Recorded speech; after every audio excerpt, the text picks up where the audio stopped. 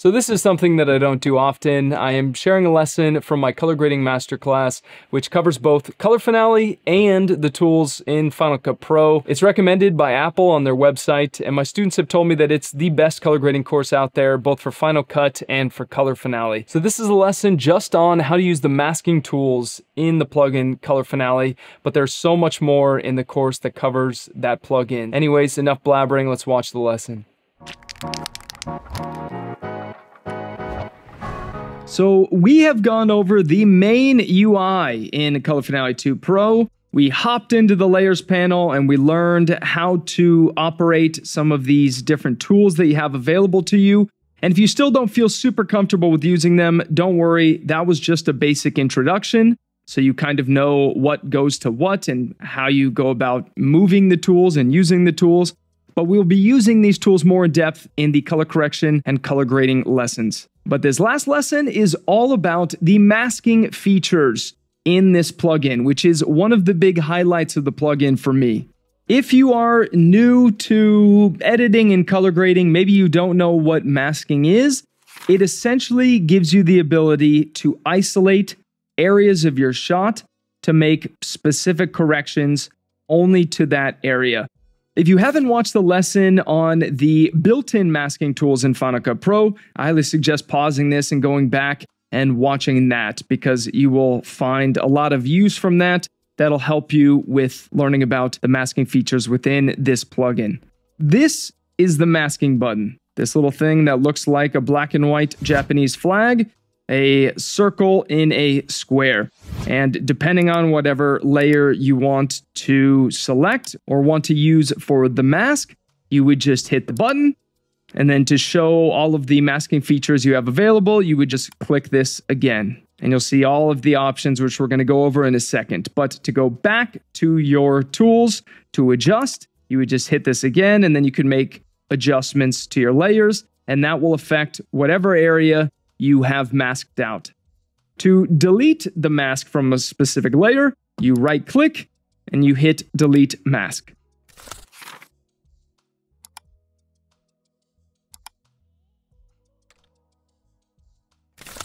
Now, here's a pro tip. I don't suggest just adding the mask on individual layers, and the reason is because if you want to make another correction with another tool, but you want it to affect that masked area, you'll kind of be screwed if you make it on one specific layer. Instead, what I suggest is using the grouping feature in Color Finale 2 Pro and adding the mask on that group. So for example, let's say we use our primary wheels and we create a group with it, and we'll just call it, we'll right-click, rename it, call it mask.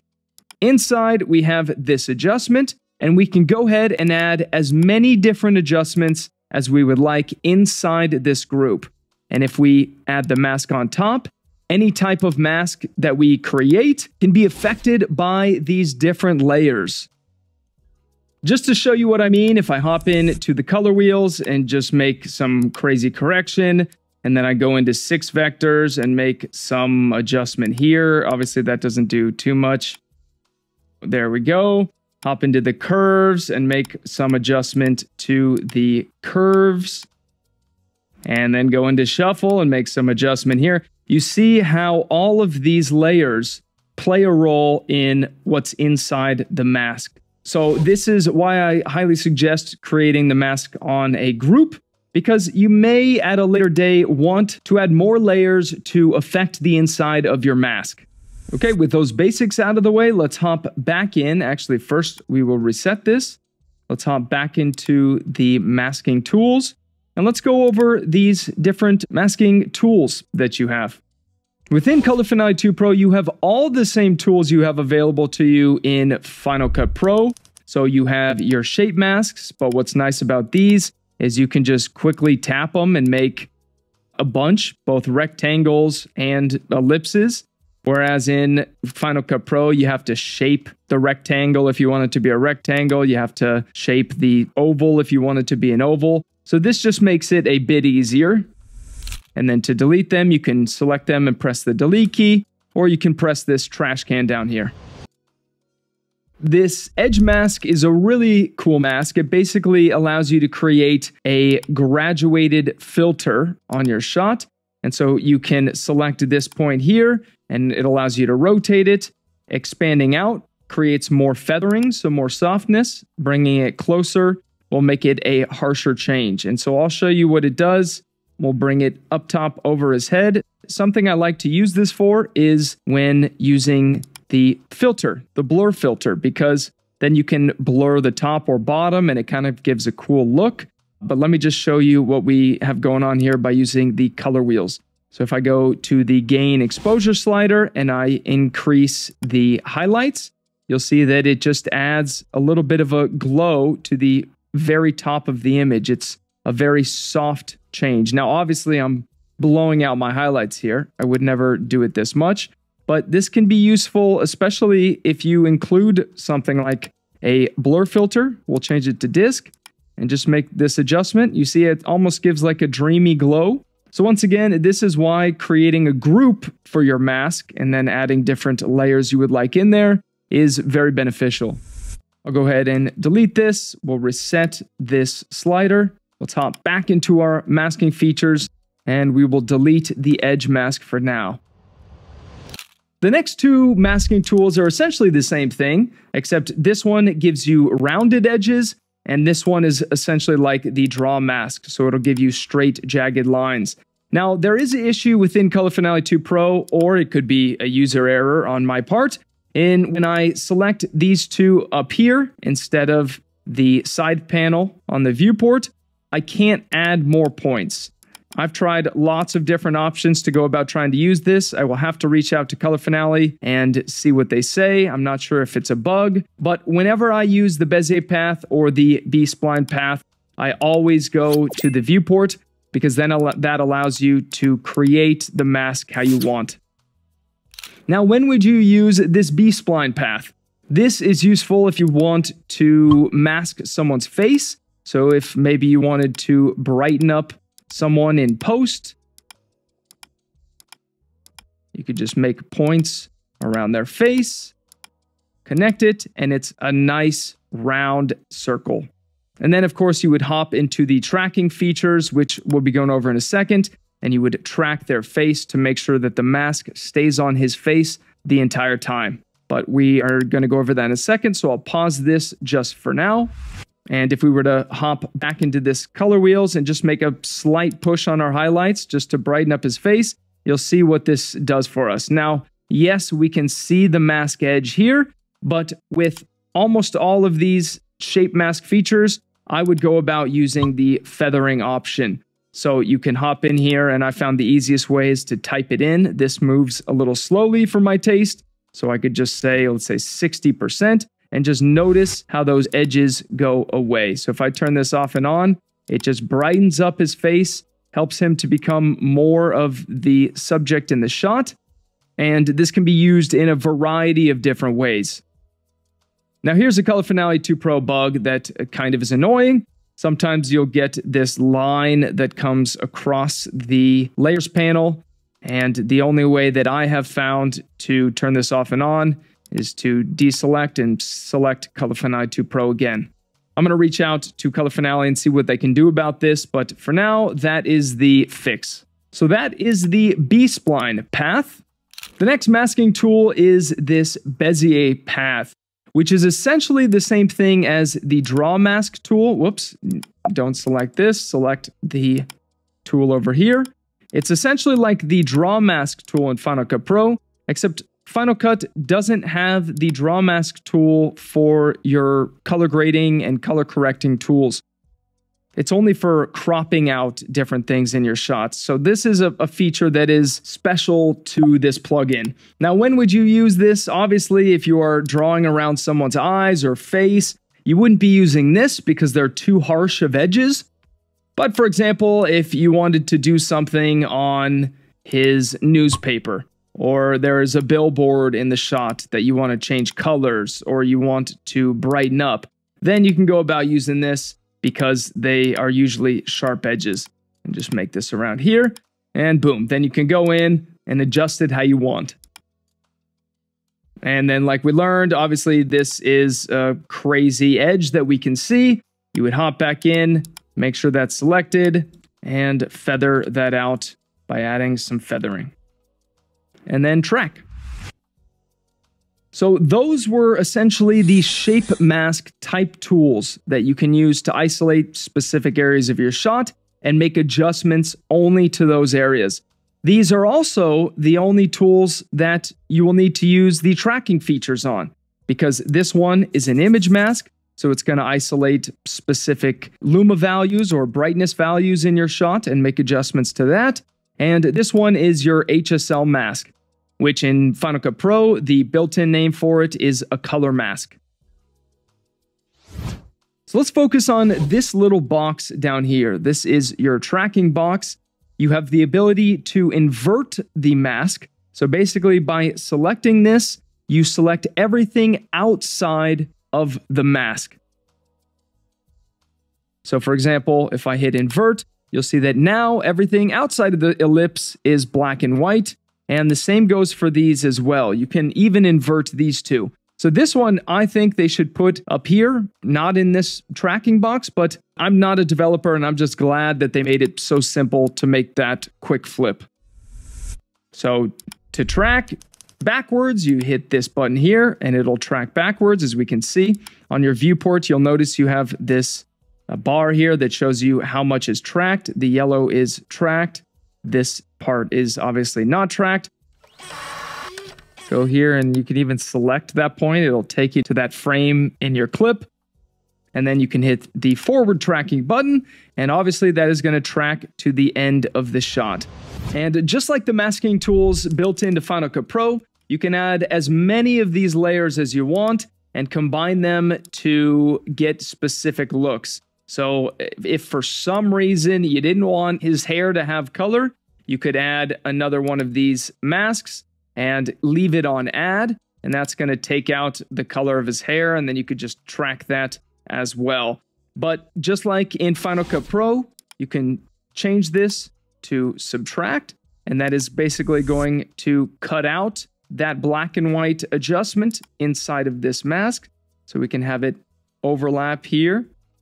And the last mode is an intersect mode. This allows you to create other interesting shapes. So you can see this has basically cut out the part of the adjustment that we made inside the circle. So we can turn this off and have it only affect everything inside of that. We can invert this. Basically, applying these different modes can allow you to create shapes to make sure that whatever you want to be adjusted can be perfectly adjusted. But I find that I'm rarely using multiple shape masks. If anything, you can go in and use the B-spline path, and then from there add just one shape mask. I mean, this is obviously an example, but if I just created a shape around him, and then I add an ellipse, I can then go ahead and, if I wanted to, for some reason, cut out his head here, I could do subtract, and that's gonna only affect his shirt. So you can use different modes to create different shapes for your mask. The last thing I'll go over within this interface before we move on to the last two masking tools is this display option down here. You'll find this very useful because if you hit this and either select these two, mask input is not going to be that useful, but mask input and composite mask are going to be very useful in helping you to see what is affected. So when you click mask input and mask, anything that's pink is going to be affected by the layers that you have. And then composite mask is going to be a black and white version of that. So anything in the white will be affected by the layers. Now, this may kind of be confusing to understand with the shape mask, but let me use the last two tools to better explain what this is showing. So you have your image mask and your HSL mask. I'm going to start with the HSL mask, which, like I mentioned, is the same exact thing as the color mask in Final Cut Pro. I'm going to turn off this black and white correction that we made, and actually what I will do is just completely reset that saturation. select the HSL mask. And this may look confusing to you. Don't worry about this area. You'll almost never change anything in this area. However, you may recognize what's going on here. You have your HSL parameters. So like we learned in the color mask lesson, you can make selections so you can adjust those specific selections based on the color of that selection, the intensity of color or saturation of that selection, and the brightness of that selection. If that's confusing, what I often use the HSL mask for is isolating the person's skin. So you'll use the picker here. This one is to add more color into your shot. This one is to reduce the color selection, but usually you're just using this picker. You'll go ahead and select the person's skin. And here is where the display button really comes in handy, because we can't really see what's going on as far as if I go in and make adjustments to this to try and select a range of his skin. So you go to display, mask input will show the mask in pink. So hopefully that makes sense now. So everything inside of this pink shows what will be affected when we go in and make adjustments to any of the layers in the group that has the mask on it. We'll hop back out. So let's switch back to mask input, and we'll go ahead and do what we can to try and select his skin more. Now, the best thing you can do is use the picker, select his skin, and kind of trust that they'll get it at a good level. Usually the plugin will not. So what you'll need to do is oftentimes just get a little bit bigger selection by pulling on these outer edges here. Like we learned in the basic tools section, this is kind of the range that it's selecting, not necessarily feathering, but you're able to gradually select more colors. And then usually you'll go in and adjust the saturation to try and fine tune the mask. Make sure it's mainly just on the person, and then go into the luma or the brightness and do what you can to have it only affect him. So it looks like that's all we're going to get out of the luma selection, and we could maybe increase this just a little bit more to get him fully covered. And let me show you the composite mask. So this is the black and white version. So I find this very handy because now we can see the different surrounding areas a little bit better. So to me, that's probably a little too much that we have selected. So we can go in and decrease that selection. And don't worry about the input levels and output levels for the HSL mask. These are not that important. The feature that makes Color Finale 2 Pro the king and absolutely worth it when it comes to advanced color grading is this blur feature. So if I adjust this, you'll see it blurs the entire selection. How is this useful, you might be asking? Well, let's bring it back down to 0. Let's hop into our wheels here. Actually, you know what I might do is invert this, and this will make sense if I click mask input and mask. So now we can see that everything outside of him will be selected. Go to our color wheels, and let's just create a little bit more of a complementary color look. So we have his skin, which is orange. So we'll head to our lift wheel, which adjusts our shadows, and we'll just start pushing some teal into our shadows. We're not going to do too much with the shadows. We'll do a little bit more with the midtones. Actually, I may really crank this just for this example to show you why blur is so useful. And let's get it to be this intensity. And if we zoom in on his face, you can see that the selection is not a perfect selection. And this can happen due to lack of color depth in your shot. It can happen with an out of focus shot, motion blur. It basically comes from a lack of being able to get a good selection on certain areas of your shot. And this is an issue because you don't want your shot looking amateur like this. But check this out. Hit HSL mask, we go to blur, we'll just increase by a couple %, and bada bing, bada boom. If I turn this off and on again, look at that. We go from this to this. It smooths it out. It smooths out that mask, and makes it much more pleasing to look at. But I just wanted to show you this tool because it is immensely useful. The blur feature is the absolute jam. If you were to add another layer, let's say we add 6 vectors to this group, this masked group, and pretend we want to affect his skin now.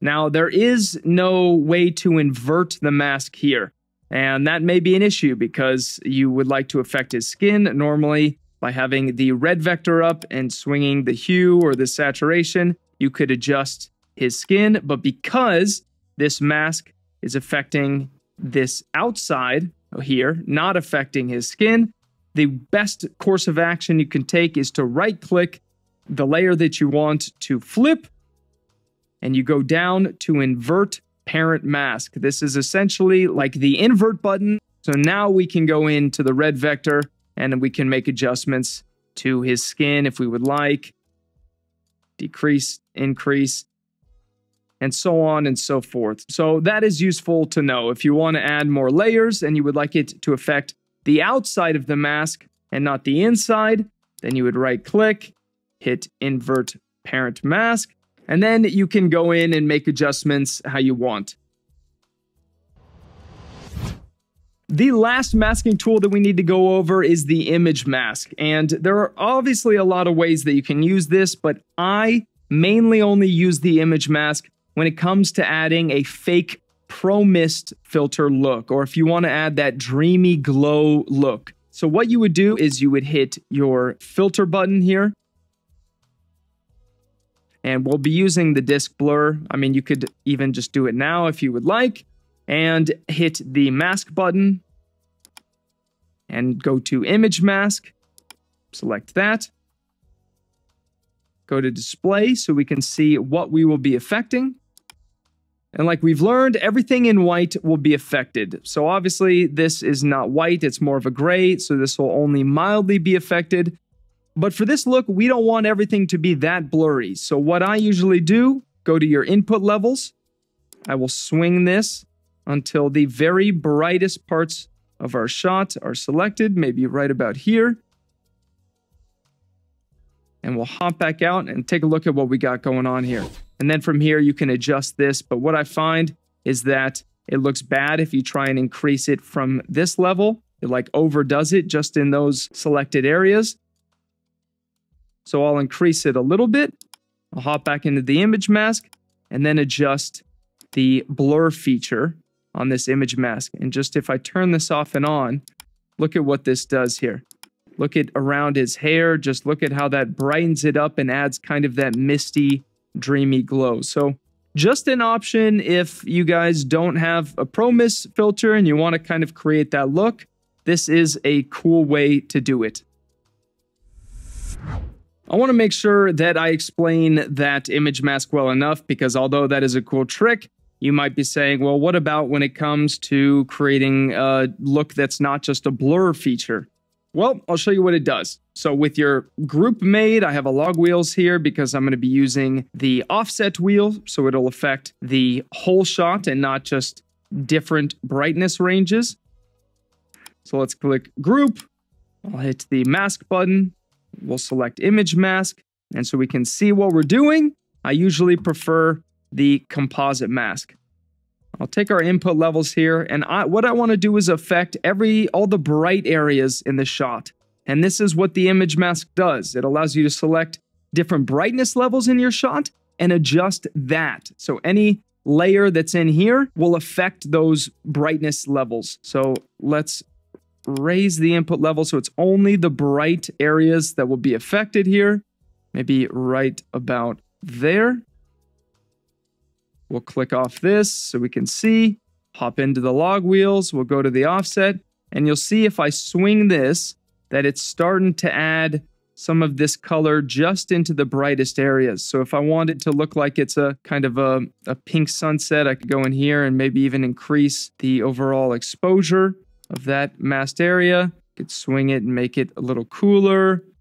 If you really wanted to push it, obviously that's too much, but you get the point. This makes it so you can make adjustments to different brightness levels in your shot.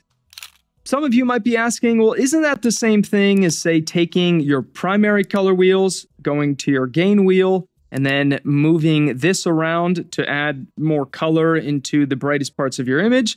No, not exactly, because the primary wheels, like we've learned, make a gradual adjustment to the rest of your shot. So as you can see, this affects a lot more of our midtones and our shadows, whereas with the image mask, it affects only the very brightest areas. Now, if you're thinking to yourself as well, what about the log wheels? Like we learned, that makes a compartmentalized adjustment to specific luma values, so we can just make sure that it affects the very brightest parts of our shot. Well, if you thought that, then you are correct, because if we head to our highlights wheel here and we push in some of this color, you'll see it has a very similar look as the image mask. So this is why I don't usually use the image mask to make adjustments like this. Instead, I mainly use the image mask if I want to go about creating some type of blur look that I can use to kind of create a dreamy glow. A lot of Color Finale users don't seem to know how to use the plugin to its full potential. The course shows you all the different ways that you can use the plugin, the practical ways that you can use it for color correction, different color grading walkthroughs. Highly recommend you pick up the course, and I'm not just saying that because I made it, but I know it would benefit you. Just look at all the testimonials on my website if you don't believe me. But thank you so much for watching this, and I hope you have a great rest of your day.